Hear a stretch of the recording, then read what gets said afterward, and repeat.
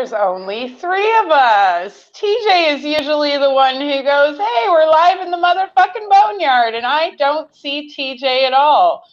So I'm going to do that, and then I'm going to make you guys introduce yourselves, since I don't know what happened to him. He was here a second ago. So now that we're all here live in the boneyard, could you lovely gentlemen below us please introduce yourselves? Yep. I'm Philip. I'm the guitarist and singer for the Noctambulant. And you are, sir? And Darren is also drummer. Yeah, nice. Darren Fitzpatrick. Right on. Darren, I'm Darren. Okay, right on. Drummer. And nice. And where are you guys out of? We're out of Jacksonville, Florida. Right on. What's the nice temperature area there? down there? Yeah. All right. So Yeah. now that I'm back, I guess the intro crashed my system on my end. That's all right. We took care of it for you, TJ. Friday. Yeah, right. Tell me a little bit about the artwork on the new album cover, man, with the three wolves and stuff. Well, actually, that's Darren. Tell me.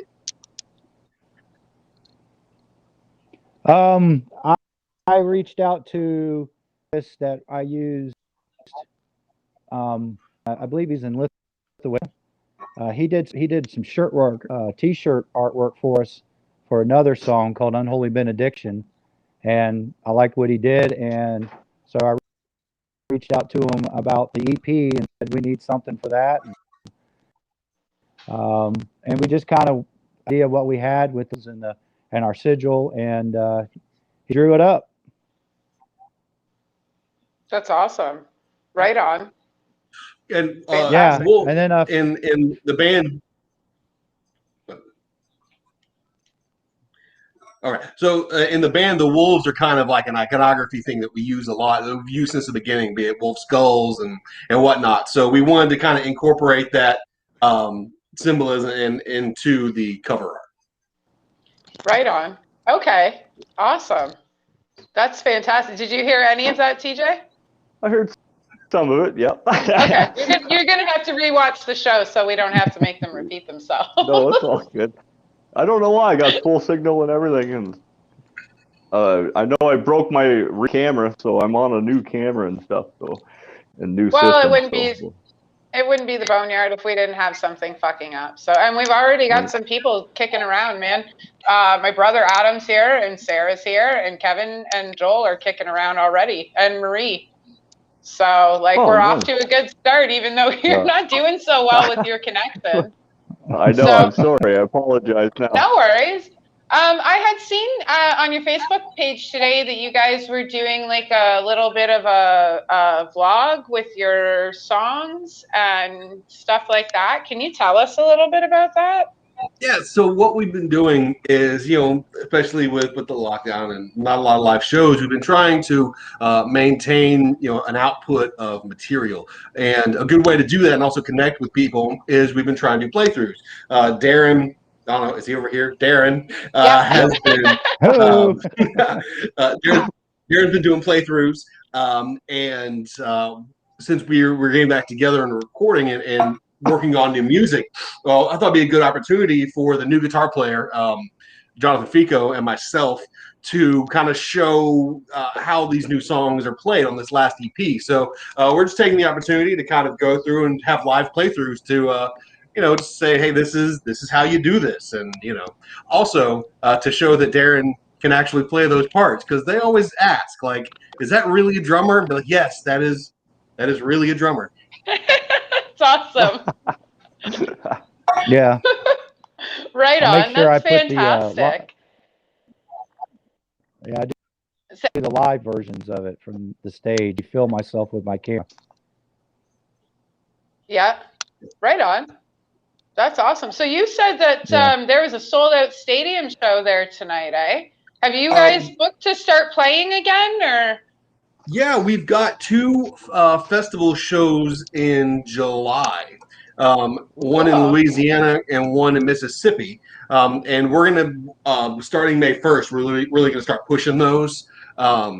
you don't want to start too early because people will forget. So come May 1st, we're really going to start pushing those two fest shows with the Hispanic Satanic. That group, they're putting on the shows in the Gulf Coast. So we're familiar with them because we played a show out in Hattiesburg a few years ago, and it was one of the best shows we ever played. We're in the Hattiesburg. It isn't known for much, but it was it was packed. And awesome. Yeah. And that was when we first learned about the Hispanic Satanic, and they came out and just in force, and it was really great meeting those guys.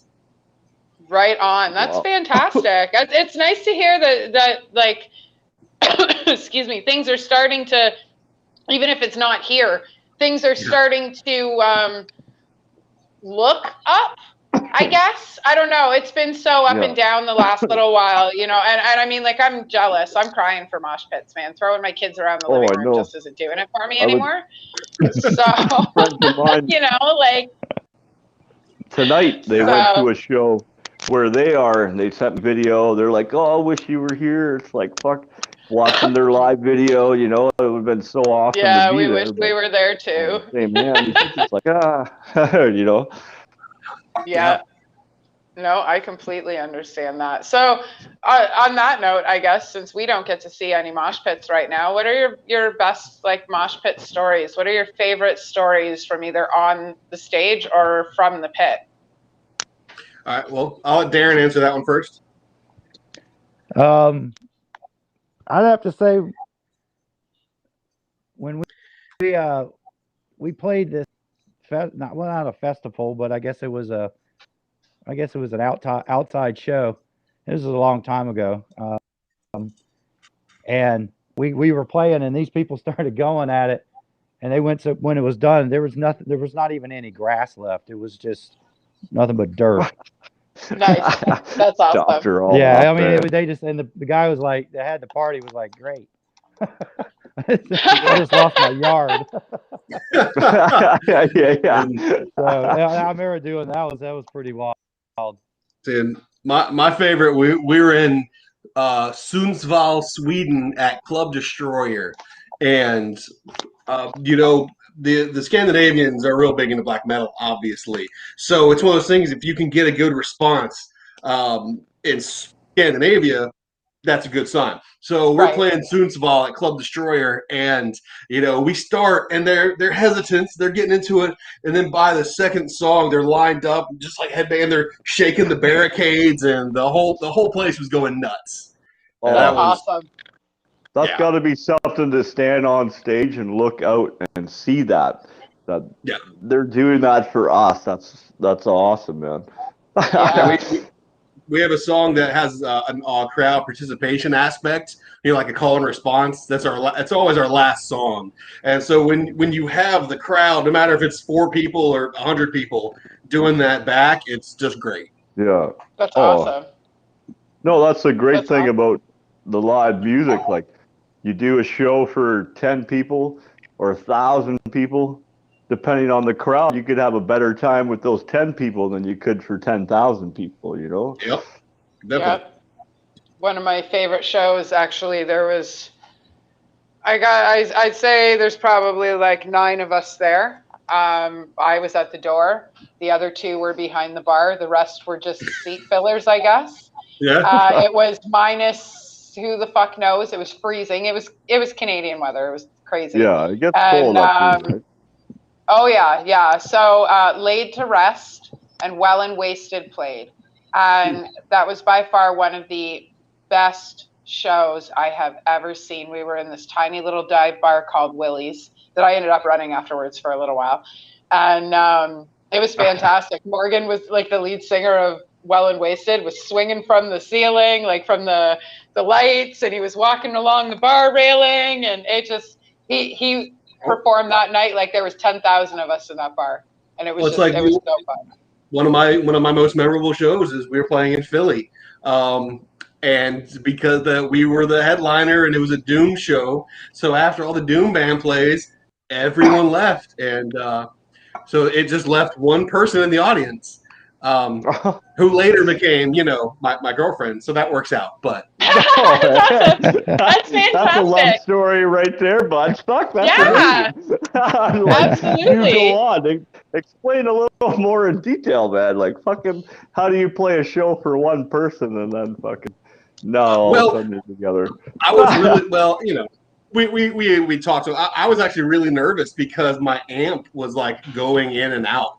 So I was not in the best mood. Like I was distracted. My amp kept going, and it was just. But we had talked, and we talked for a while after that. But that was the first like introduction. So Nice. That's so cool. That's one hell of an introduction, man. Yeah. No doubt, right?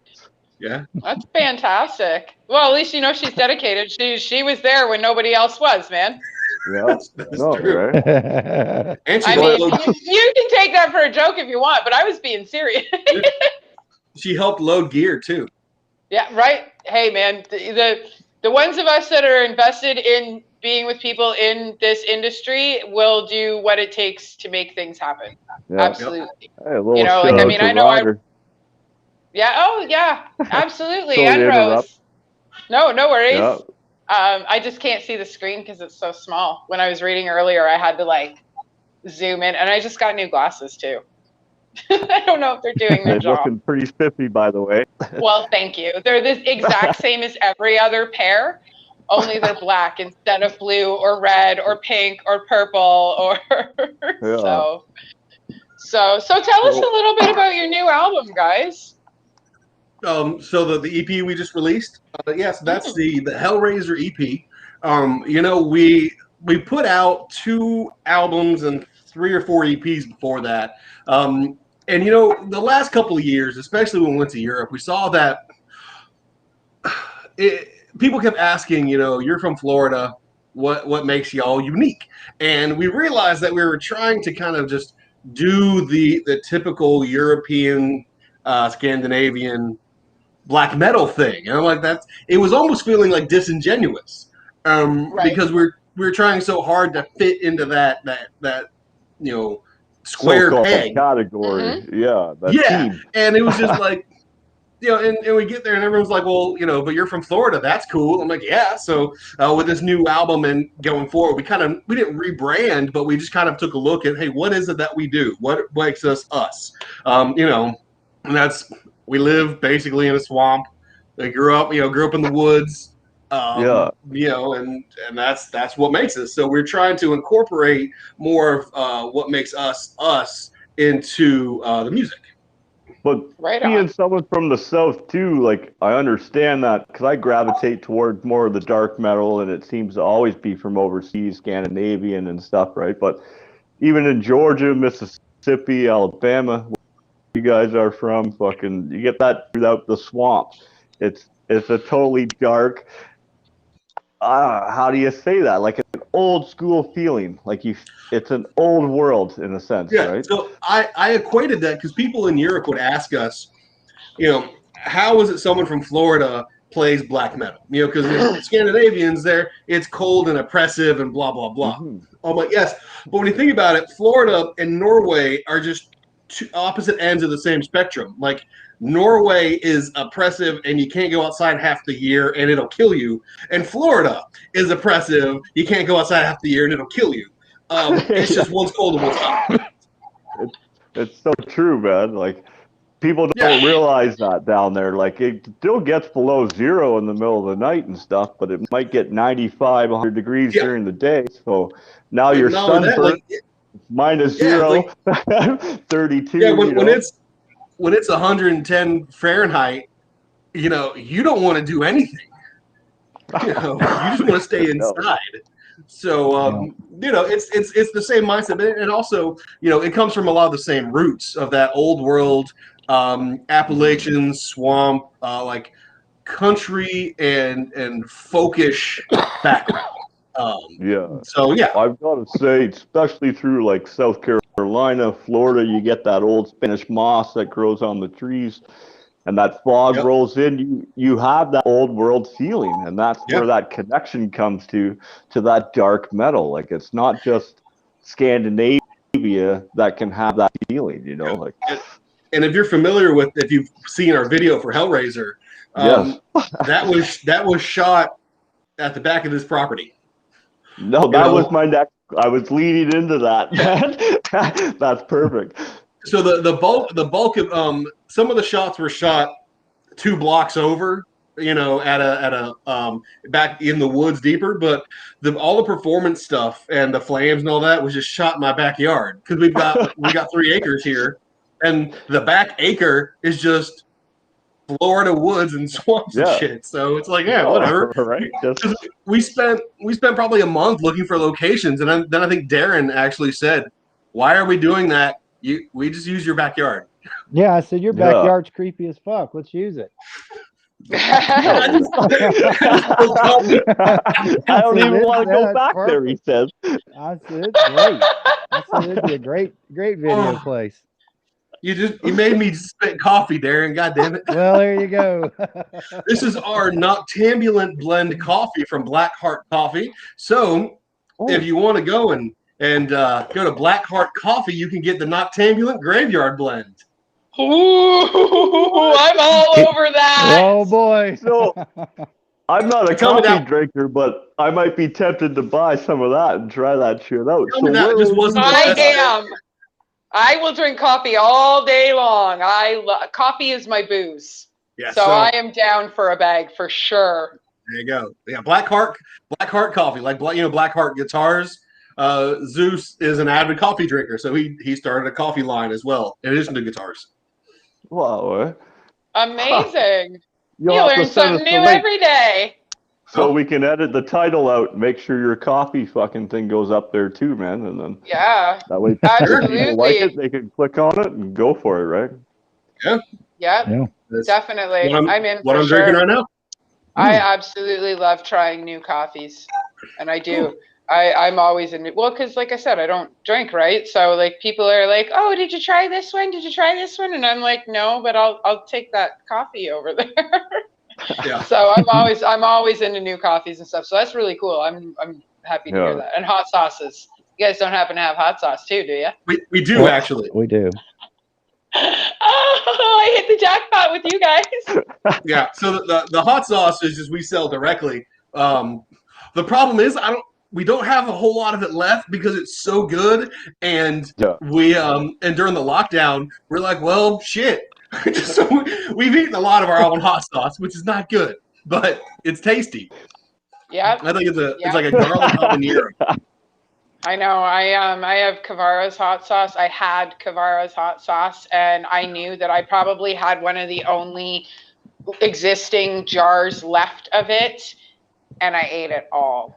And then I talked to Serena, and she said they weren't making it anymore. And I was like, "Fuck, man, I should have framed some of that stuff." Well, the hot sauce you can get from our Bandcamp, I believe. So okay, sweet. All right, I believe we have the link, which behind the scenes. Thank you so much, Brandon, for running behind the scenes tonight. If you could put up the bam. Yeah, kind of nice. I'm not running the show tonight. I know, it's so nice just to say something and it pops up on the screen. Yeah, I know. No, I'm definitely grateful that Brandon's running the show tonight because he always does a fantastic job. Normally we have two dogs, but I know he works a lot, so we've kind of got a few people that help us out behind the scenes. Little shout out to all of them, right? So. Yeah. So what kind? You guys? Oh, no. Okay, go ahead. No, I was just gonna ask. As far as drumming down in Florida and stuff, like I know being down south. It was mainly when I was younger, so the music scene, I didn't have access to it at the time, right? It wasn't until I come to Ontario and I found all this great music and found you guys as well, right? How did you end up just fucking playing the drums? Because there's so far and few between people playing, you know? Well, actually, I started kind of out of necessity. We were putting together a band for like college in humanities. You could do like you could go and watch a bunch of stuff and write reports, or you could put together a band and you can put on a performance. So it was like, hey, let's put together a band, and we needed a drummer. So it's kind of like I kind of I already kind of knew how to play, teaching myself. But I said, yeah, okay, I'll play that's kind of how I started playing them. Before that, I played guitar, but I just kind of offered myself to make it happen. So I got behind them, and once I got behind them, I kind of got hooked on them, and then I got stuck behind them, and I've been playing them. I still play guitar and stuff like that, but Yeah. But yeah, I've been playing drums ever since then, and I had to take a break for about 7 years due to injuries, but got back into it and slowly been So just with getting. Go ahead. Sorry. Oh, I was going to say I just started getting into the more and more extreme style of drumming as as I started hearing it and things like that. So I started off more in just playing punk and alternative and some thrash and stuff. But as I got going on and met Phil, then I decided to try to do this more of extreme style drumming. Yeah. Now, given the fact that you just stated, as far as accidents and rehabilitation, the drums kind of got you back up and moving again. You sustained or had some happen, right? So. Well, I had an accident and it messed up my foot, and I kept playing the drums. I was playing in a shoegaze band at the time, and we were playing and touring and playing around to a lot of like colleges, student union halls, and things like that. And it just got to a point where after I played drums for about 20 minutes, my left leg would just go numb. So I had to take some time off. I took a couple of years, and then slowly got back in. It wasn't everything. It was just kind of more just my left leg and my left side that was having an issue that I had to give it some time to heal up if it did some damage. Yeah, like an athlete, man. No different than someone that plays football or basketball. You're out there, every day. Yeah, you're this is jamming. yeah. You're physical. It's it's a physical instrument you're using. I mean, with double bass, I'm using 4 limbs and that kind of thing. And so I just and also the last couple of years I had a hernia, and I had to get through that, and I finally had hernia surgery, and that's been so much better for me because that was really causing some trouble. So, but it's since I've had that happen and the surgery, yeah, it's made a big difference for me. Wow. Well, it's great to hear you're still jamming and still pushing through. And oh yeah, I've taken lessons. I took some lessons from a high-end death metal drummer out of Poland, and he's really helped me out a lot trying to get my stuff really more on a high end. Well, it's therapy, right? Especially after going through something like that, an accident like that. Not only are you trying to get back to doing something you love, but I mean, it's almost kind of physical therapy on top of it being emotional therapy, getting back behind the drum kit, I imagine, because you're training your body to do all those things that, for a short period of time it couldn't do. Yeah. Well, yeah, what I did, I could still play drums, but when I did, it just would hurt. So I just had to walk away from them. And basically what I did, I decided to, I picked up my guitar again and actually got a 4-track recorder, and I started recording a bunch of song ideas. So I still kind of kept the juices going, just in a different way. Right on. Yeah, that's how you got to do it, especially when you don't want to put it down after something like that, right? You kind of got to keep yourself going, like your momentum going in any way, shape, or form, just so you know that you're going to keep doing it, right? Yeah. So good on you, man. That's awesome. You kept going. Yep. So that's right on. It's part of me. I can't stop. Yeah, it's like your drumsticks are growing out of your hands, eh? It's like I tell people, it's the only thing we're good at. So the unemployable. The only thing I have even though we have jobs and stuff, that's not and his heart sitting there on stage and playing our stuff, right? Like, Yeah.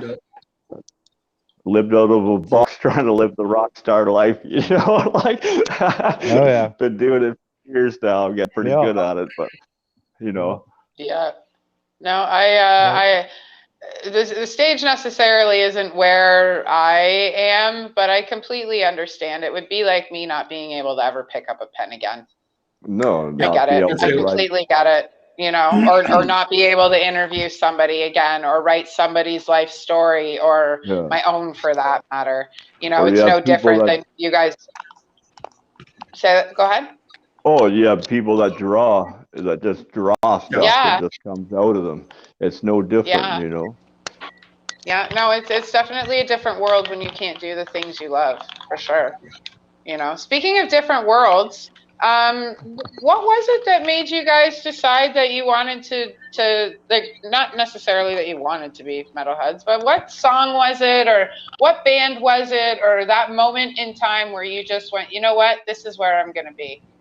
Like, So I know the exact time. I was flying to Las Vegas with my parents, and I was probably 6 or 7. And at the time, they had radio on airlines, right.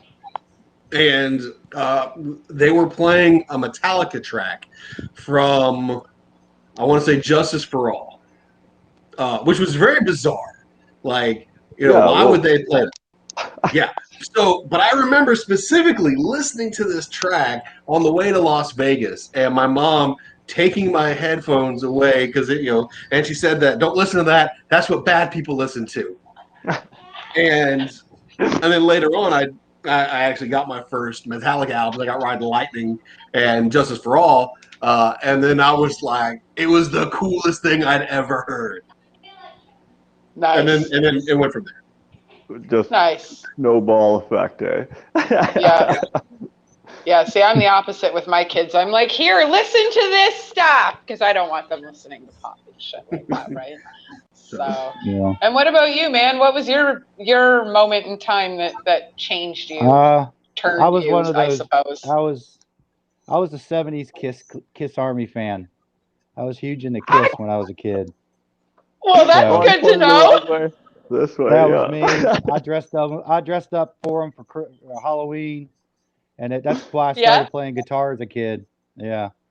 So I was really into them, and actually like Cheap Trick, and I got into a lot of guitar players and stuff like that. But I didn't realize they were like heavy metal or anything at the time. But when I heard Judas Priest, um, Living After Midnight, and that late '70s, early '80s they played, Yep. Screaming for Vengeance, that stuff. That's when I kind of was like, wow, I really like this stuff. That's when I kind of Nice. knew that I was, yeah, Then I heard a little bit, and then of course Van Halen, but they were just Van Halen anyway. Everybody liked them. Yeah. So, but like when I first heard Judas Priest, that Living After Midnight album, Breaking the Law, all that stuff. That album really. Now that you say that song is good. I know, I can hear it, man. I can see myself as a kid running around listening to all these songs, because this is what my played in stepdad my listened to, brain right? now as we I speak. know. And it's so funny that you mentioned that you were a Kiss kid, because I actually just got hired to write a book called Kiss Craze, which is a tribute book to tributes and artists and people who have tattoos and major Kiss fanatics and stuff like that. So maybe you and I should talk after the show. Yeah, well, So, I was, I paid my $6 to be in the Kiss Army Club. that's So awesome. it was pretty fun. Awesome. Yeah, it was. We're talking like 1978, So Yeah. Yeah. Right. 8, 9 years old. Yeah, I was 9 years That's old. fantastic. That's awesome. Yeah, That's I totally was hooked awesome. up. Yeah. Right on. I definitely want to hear more about that for sure. What do you guys got coming here in the future, man? Like, what are the plans? Like, Aaron, you want to take that one? Well, we just kind of basically hooked up with a new guitar player, which is He's going to bring a real a death metal. He's got lots of talent in that kind of area. He plays the ripping leads and that kind of stuff. So we're going to work with him, get him up to snuff with the show music, and which he's doing real good with that. And then at the same time, we're going to be getting him to work with us. We got 6 songs, and we're going to be working on 2 more for hopefully a full LP somewhere down the line, and have him nice. join us on that. That's awesome. No, Yeah, we're getting yeah, we've got about probably 8 or 9 tracks in various degrees of completion. Demos, and we're really happy with them. They're sticking in that same vein as the Hellraiser EP. They kind of a little move away from the more traditional black metal and kind of like that blackened, deathy, southern gothic-y mess that we now do, apparently. So.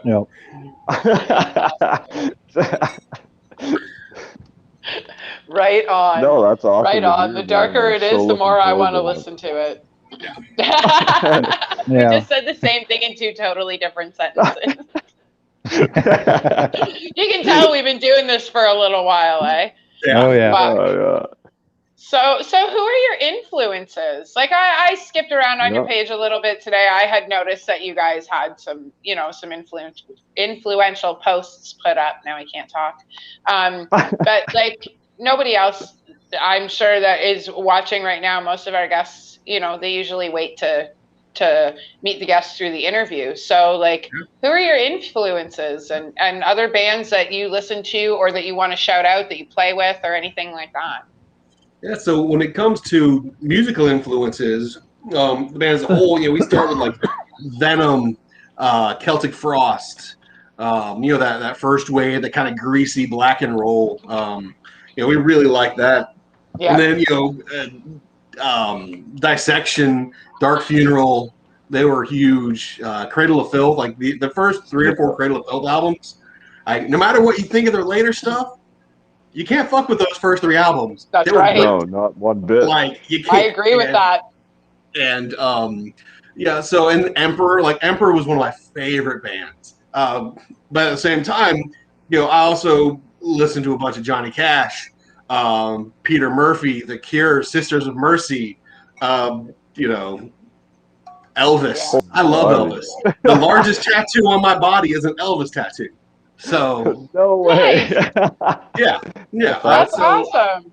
I love Elvis. So a lot of those just kind of mix together, but especially when it comes to my guitar playing, I really tried to emulate those melodic black metal guitar players, like Dissection, Dark Funeral. If I could play like the dudes in Emperor, that'd be great, but I can't. So, but and especially a lot of like Celtic Frost. Really, really like Celtic Frost, and I think Darren has slightly different ones than I do. Right on. Yeah. Well, a little bit. I'm a little bit more. I came from more of the hardcore background, crossover. The Black Flag, Circle Jerks, Agent Orange, JFA. What's up? What, Phil? I forgot the Misfits. Well, Misfits. Yeah, the hardcore scene. Which eventually I went into, thrash, got into the Slayer. My favorite band is Voivod, so I was really into them. When I heard Dimension Hatros, that was the album that I wanted to be in a band after I heard that one. So Voivod. So I just I was always into more of that crossover thrash. I love DRI, Crumbsuckers, that kind of stuff from the 80s, and then and then in the 90s and stuff, it moved into, I got really into Entombed. I liked, Obituary. And then I kind of I got involved in a band that was a corporate band. So I kind of got away from metal for a little while, made a bunch of money playing drums. And then when I came back, like all this black metal was like Dark Funeral and Marduk stuff started. I was like, whoa. So I was really into that. And, that's kind of, my influences with that. And as far as, drumming goes, of course, Dominator from Dark Funeral. I really, he's, and then of course you have Hammer, those guys for the black metal scene. Just overall, of course, like Stuart Copeland from the Police, really kind of somebody I kind of, when I first started playing, was somebody that I, kind of watched, I guess, so to speak. And also the guys from, I even have to say, Dave Lombardo from Slayer was an influence on me when I first started playing drums as well. So.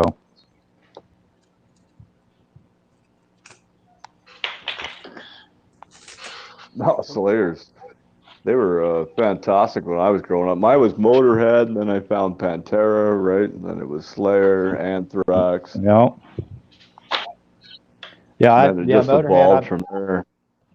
Oh yeah, yeah.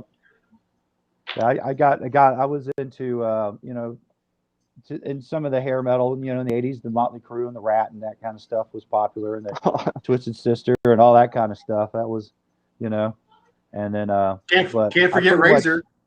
No. Razor, man. When I heard Razor, and then also, another band, Holy Terror, is another big one for me too. So I might know their drummer. But yeah, who's that? Oh, Razor. From Razor. They were just on the show not long ago. Yeah. Oh, yeah. Their drummer and I are pretty close. Yeah, he's cool shit. Oh, okay, awesome. That's a great band. Yeah. So they're fantastic. Yep. Hey, maybe next time you guys are on, we'll have him co-host with us that night, and you guys can shoot the shit. Yeah. Yeah. Might as well put him on the spot right now. I know he's watching. Maybe we'll get lucky and he'll pop in next weekend. Right. Yeah, so maybe we'll get lucky and he'll pop in next weekend. We'll see what happens. Yeah, no, he's a good dude. Razor's fucking amazing. They got a new album coming out, actually. Oh, wow. Within the next little while, they got a new album coming out, which is pretty exciting. Our bassist, Razor is one of our bassist's favorite bands. Oh, really? No way, man. That's so cool. Really? Okay, well... Okay, well, let me know the next time your bassist is available, and maybe we'll create a show that we can have some fun with. That would be excellent. Maybe I'll come. Yeah, we'll see what we can do anyway. I don't know. I've got lots of open dates, and I'm sure we can figure something out. Yeah, we're pretty flexible here, so. I'll let Ryder know that when I talk to him, though. That's awesome. He's going to love that. Fantastic. No doubt, right? Right on. So No, it's all you. You have a question. All right. So you guys have merch and stuff, man. Where can we find your merch? All of our merch is on our Bandcamp. We've got I think we have the link down below. Yeah, our physical albums. We're gonna submit those to be produced probably next week. We're honestly a little on the fence because we since our last label with our LP, because of that situation, we decided to do our own EPs, just DIY it. So we weren't sure we were going to do physical copies or not, but we had overwhelming support. Like, it's kind of weird that as a musician, you expect a certain amount of like, hey, that sucked. But it was like, everyone was like, we want physical copies. I was like, okay, sure. I'm not saying we didn't expect that, but we didn't expect it. So it was like, okay, we'll do physical releases then. No, we've had a few bands just recently on that are even their LP. They did a special LP fucking thing, and it took off huge. Like, they were like, we weren't expecting that at all. Like, we were. So I understand what you're saying there for sure. Like, all of a sudden, there's this overwhelming support that you never knew because of the age that we're living in that sense. Like, before you'd put it on tape, you'd pass the tape out to your buddies, and then they pass it to their buddies, and you were lucky to get anywhere. And then here we are today, fucking. So all our merch on the Bandcamp. Check it out. We've got shirts, hot sauce, patches, if you hit us up, we can send you some coffee. Sweet. Yeah, CDs. We don't have any vinyl yet, but we may in the future. Do you have anything on cassette? Darren, do we have anything on cassette, or did we sell out? We sold out of those. So no, yeah, we did have a cassette, but we don't have a cassette anymore. That we did a cassette of our, like when we first started, we had a cassette of the first EP. Yeah, I think it was the first two EPs. So we sold out of that by now. Yeah. Well, yeah, it was a collaboration. Okay, if you guys ever do again, please think of me. Because I collect cassettes and I listen to my cassettes and my CDs, but mostly my cassettes. Right. All right. So. Yeah. Okay. Yeah, we definitely. Definitely. Oh yeah. Sure. Yeah, definitely. And the coffee too, and the hot sauce and the patches and all the other fun stuff. We'll put an order in soon, man. We will definitely. Time at work. Yeah, we usually. I think we're gonna do the once a year thing until we can start doing merch at shows and stuff again. Because, like, I mean, it's just so hard to choose who to buy from and what to buy and who to support and stuff. Like, I mean, there's such a wide array of bands that need it right now, and by that I mean all of them.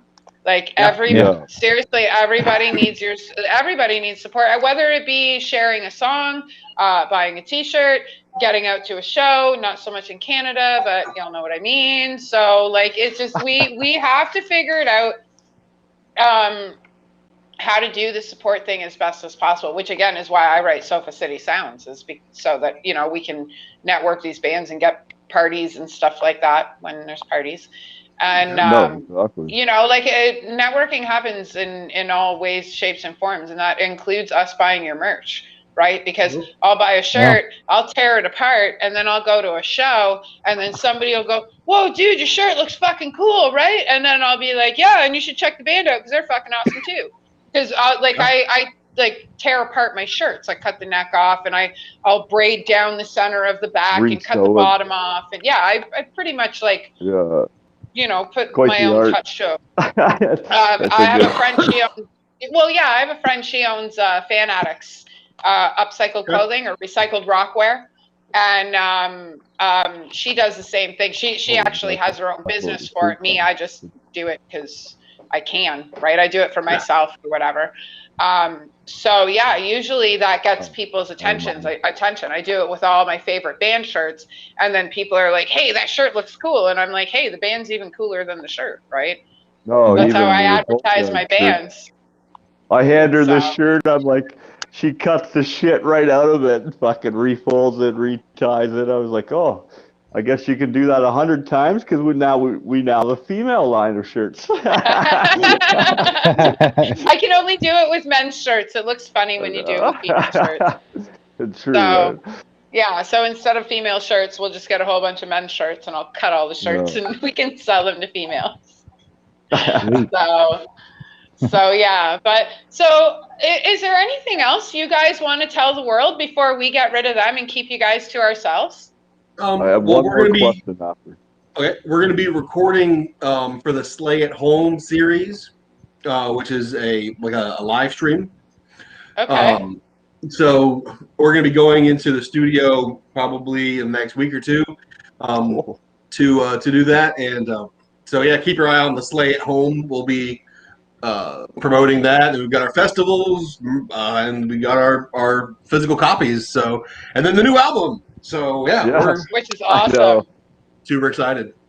Yep. Which is awesome. So before we let you guys go, we've got to ask you, your local scene, your local bands, who else is up and coming out of your area that we should be paying attention to, maybe have on the show, reach out to, you know? So there's one right now called Yashira, Yaashira. They're more like a hardcore, like deathcore kind, and they're doing pretty well for themselves. Darren,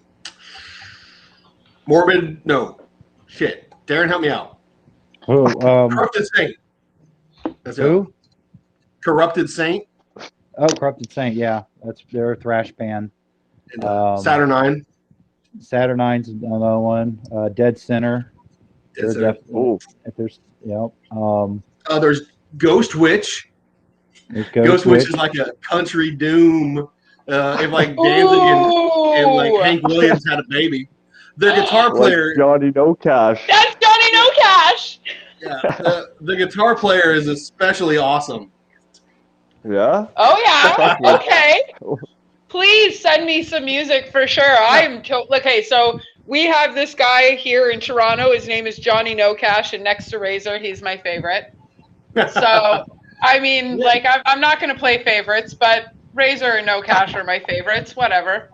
I said it. Yeah, I'll send you some of the local band names. Like I said, Yashira, Corrupted Saint, Yeah, Saturnine. Yeah, exactly. please do. We don't have a big metal scene here, especially for like black metal, Right. but or death metal. I mean, there's a handful, but they're good. They're Okay. always Definitely. changing too. Like,